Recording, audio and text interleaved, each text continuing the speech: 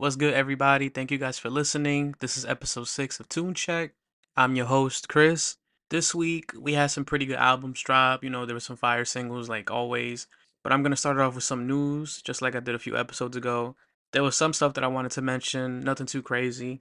So, we're going to start off with the first part of the news. It's really mostly about Drake and the beef in a sense that just happened, the beef with Kendrick Lamar. So Lil Wayne, he basically was on stage performing the motto and he was singing Not Like Us over it, but instead of saying the actual lyrics of the song, he said they don't like us, and then he was flexing his OVO chain. For some reason, a lot of people were surprised. They're like, oh, it's good that Wayne's on Drake's side, but I mean, why wouldn't he be? He signed under him, they have like so many songs out together. I don't see like why he wouldn't be on his side. I think a lot of that stems from when they were at Michael Rubin's party and Lil Wayne said that nobody spoke to me, and then everybody just assumed that him and Drake was like having issues. People just be making stuff up, you know what I'm saying? And then the next thing is in regards to Drake, because like I said, it's about the whole Drake beef. Soldier Boy recently came on social media and said, hey, like I'm disappointed in him. He was saying that you were doing all these weak ass songs with all these other people that you took on tour and stuff too, and nobody had your back. I don't know why he chose to comment right now. I feel like this is something he should have said like when it was happening. Maybe he wants some clout, but I think people don't really care what Soulja Boy got to say. It was just real random. It felt like that moment when Kanye just jumped into the beef and like he was trying to get some clout off it because he saw everybody else getting clout. But it didn't really work for him. He ended up like getting Metro and Future mad. It's like you guys are just trying so hard to be part of something that has nothing to do with y'all. When was the last time you heard somebody say play Soldier Boy? You know what I'm saying? Like it's not like 2007 no more. It is what it is. And then the next thing related to this whole beef is about Schoolboy Q. So he had some issues with his show in Canada. It was close to selling out, but it unexpectedly got canceled. A lot of people on social media were blaming it on Drake, saying that he did it because he took a picture with a free Yayo shirt and some blue Tims. And Yayo did an interview with DJ Vlad and said that rappers weren't saying much about the Not Like Us song and everything because they want to go to Canada. They want to do that show. And then people were like, "Oh, the Blue Tims was a reference to Schoolboy Q's album Blue Notes that came out earlier this year." But if y'all haven't heard Blue Notes, go check it out. It's a really good album. You guys are missing out if you didn't check it out.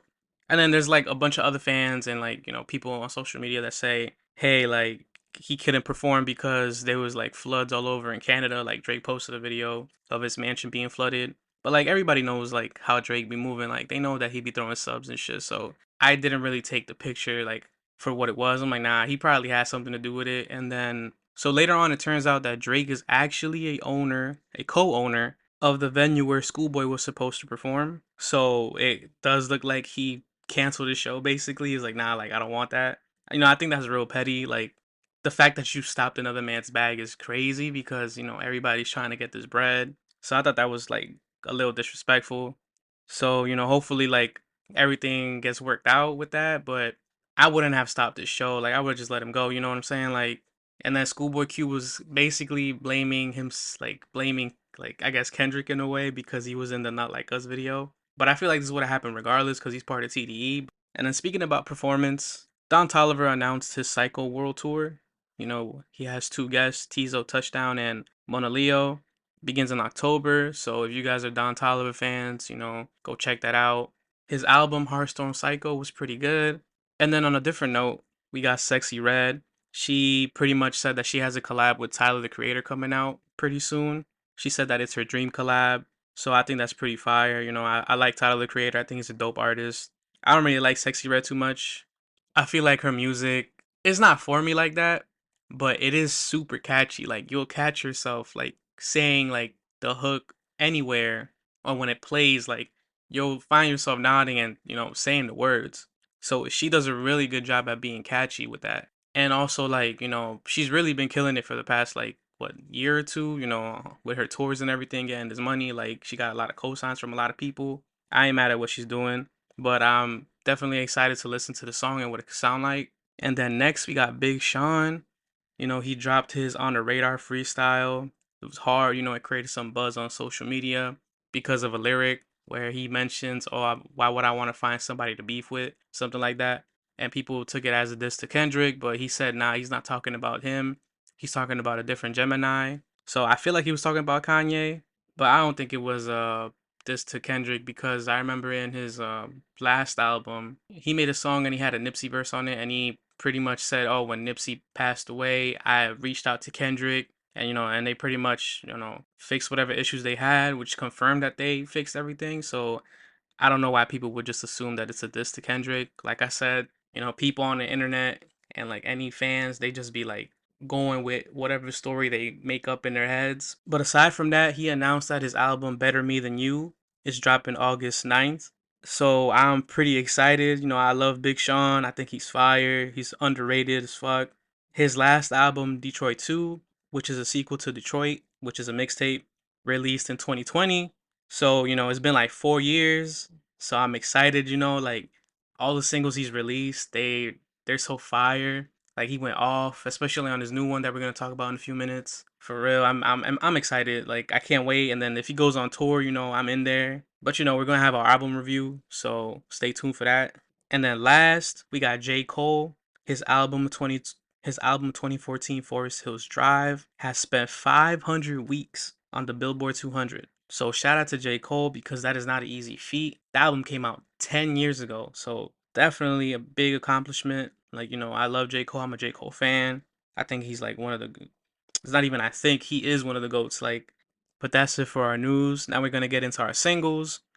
And the first single, is going to start off with Big Sean. Like I said, he's been on a good run with his singles. His album's coming out in a couple weeks.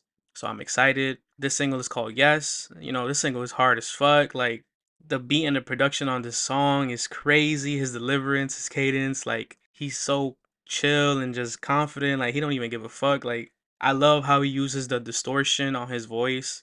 Like, he did a really good job of blending it well with, throughout the whole entire song. He ate on this track. Like I said, like I'm really excited for his album. I think it's gonna be so good.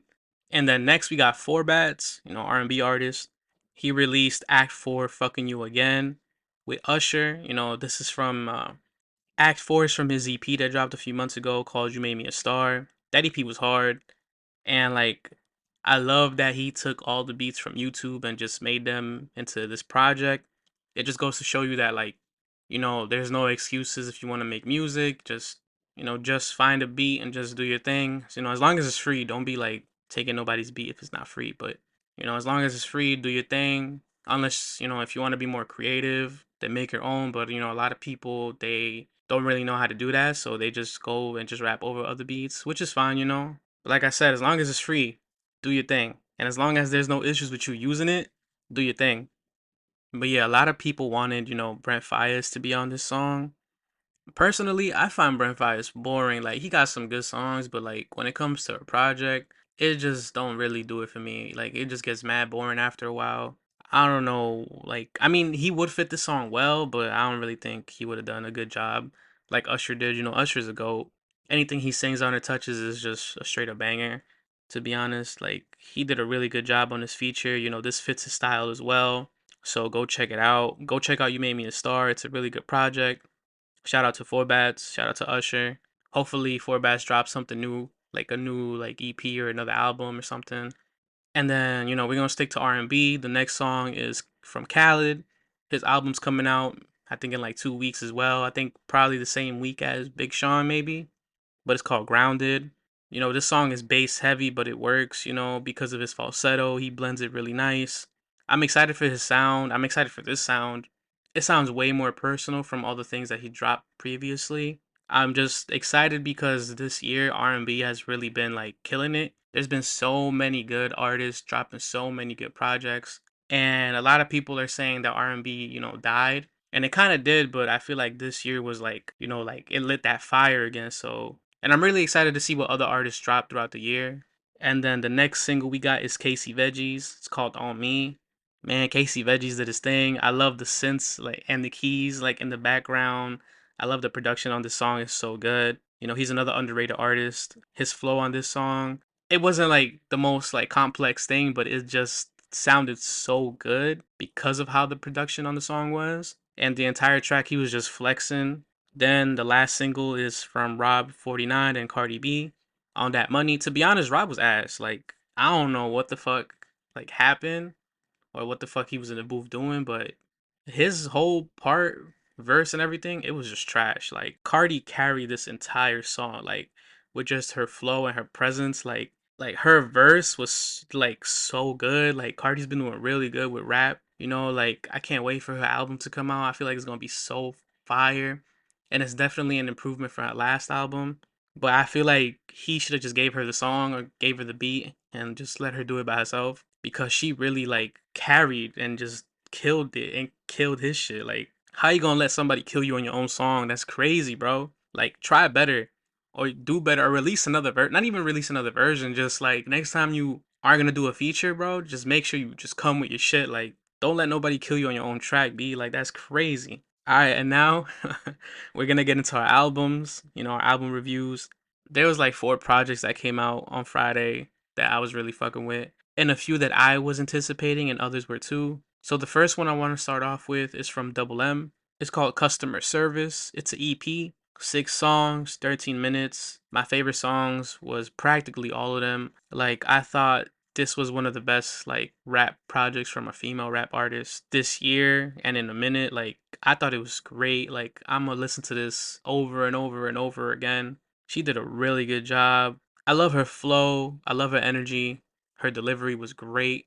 She has this confidence on this project that was just consistent throughout each and every song. The beats was fire, her production was really good. It's 13 minutes long, but honestly, like this was like enough to show like her talent and her abilities, and like I'm excited for whatever else she got going on that she's about to drop. Like for real, go check it out. Double M Customer Service. We're gonna stick with female artists. So the next project I wanted to talk about is a mixtape. It's from JT. It's called City Cinderella. 16 songs, 41 minutes. The features on this mixtape are from DJ Khaled, Stunna Girl, Clip, and Jeezy. My favorite songs is Brick Talk, Servin, Lemon Pepper, and OK Remix. Everybody know what OK Remix is. Like that's the one with Jeezy on it. That's the one that like created like mad buzz for her and for him because he slid on it. But I'm happy that she actually released this. I always thought that she was the only one with talent in City Girls. Like I know that sounds crazy, but to be honest, I always thought she was the only one that could actually rap, like for real, that had like a really good presence and everything. I've been saying for a while that JT needs to go solo or do a solo project. Overall, like I love the beat selection. Even though some beats like got a little repetitive towards the end, I really thought the production was good. It was really I really thought the production was good. It was very clean. Her verses and bars, they were there. I feel like her delivery and her tone on some tracks did lack a little bit. For example, like on O, she kind of lacks a little energy. But maybe it's because of how the song was made. Like she kept the same kind of tone throughout every track. But like I said, it's a mixtape. This is her first solo mixtape. So lesson learned. I'm pretty sure she'll do better the next time, most likely. She did use a lot of the same bars and lines on multiple songs, but I didn't really find it as an issue or think of it as an issue. Like, even though it was a little repetitive, it still sounded good. She does remind me of Jeezy, like, throughout the entire thing, like a female version. She's rapping about her, like, selling drugs, getting money, flexing, and all that, so I thought it was fire. Some tracks did show her versatility when it came to rapping over different beats. For example, Swang, 90s Baby, and Uncle Al,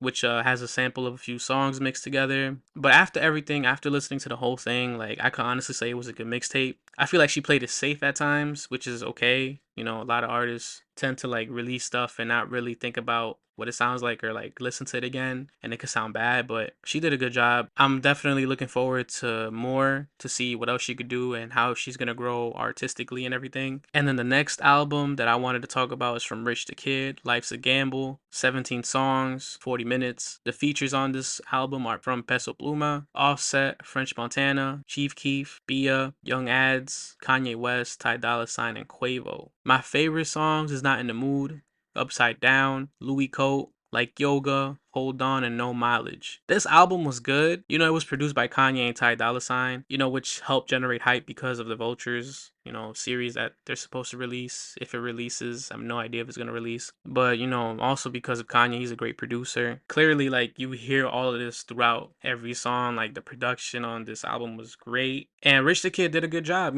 like, he's one of the few artists that could say, hey, I got an album produced by Kanye West and Ty Dolla $ign, he did a good job. Like, he has some pretty good verses on them.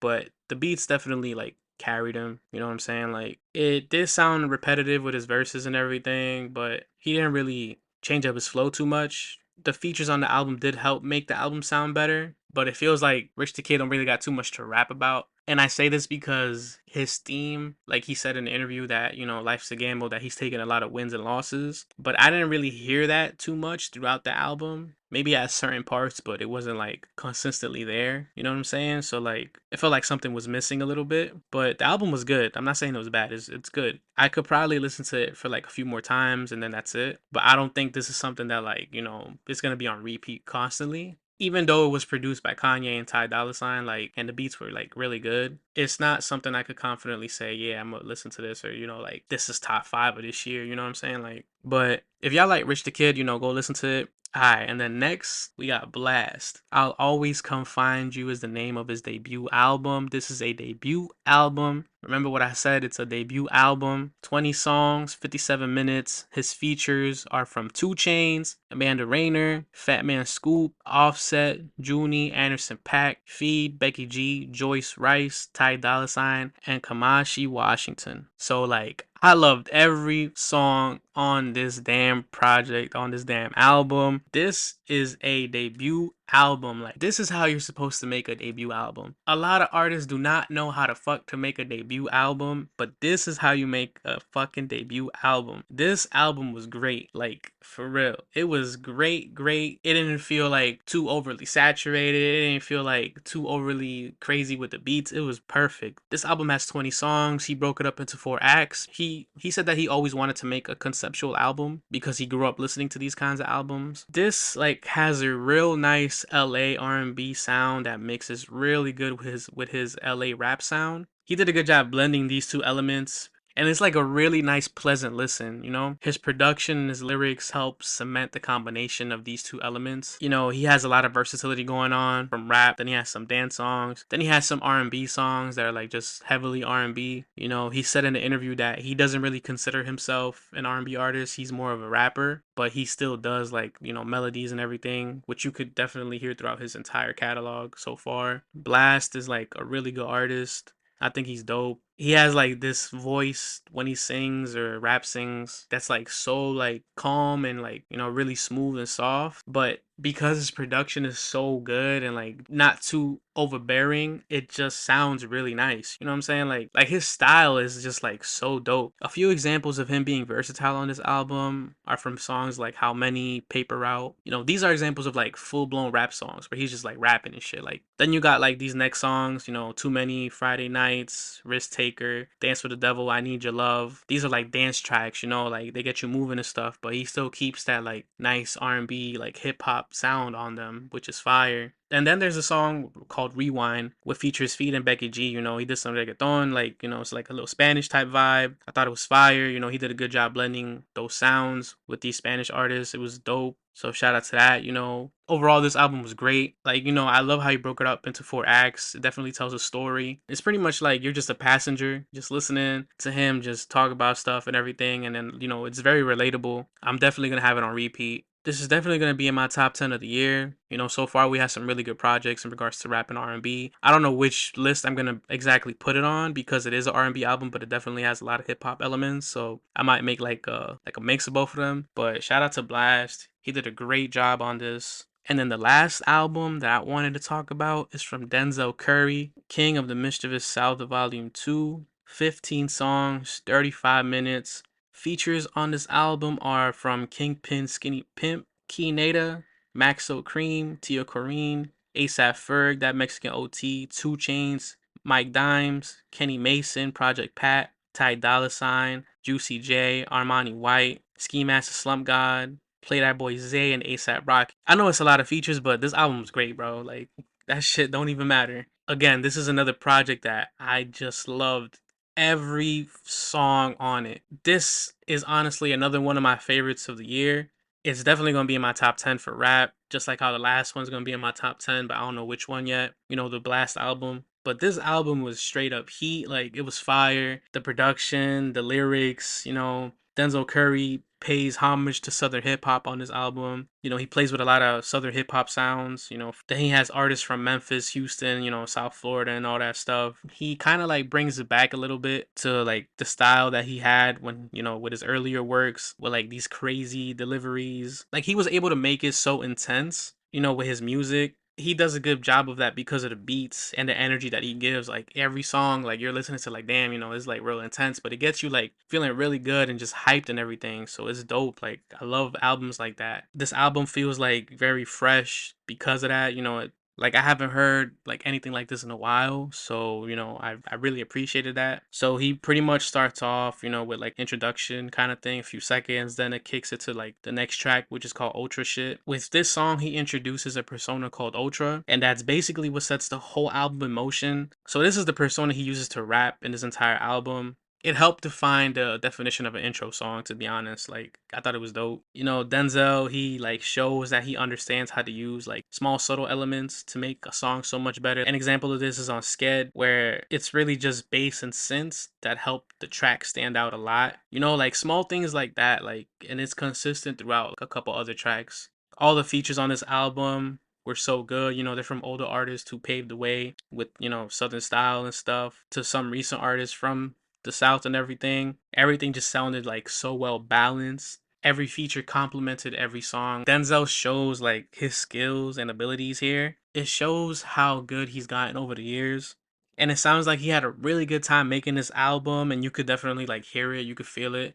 Like I said, this is going to be in my top 10. I think this is one of the best albums to come out this year. This might be a contender for album of the year, to be honest. Like, don't sleep on it. But that's it for our album reviews. We reached the end of the episode. So I just want to thank you guys for listening. Follow me on socials. Follow me on IG. Follow me on TikTok. I'm on YouTube, Apple Podcasts, Amazon. Go like and stream it. Thank you guys for listening again. And I hope you guys have a great week. And I'll see you guys next time. Peace.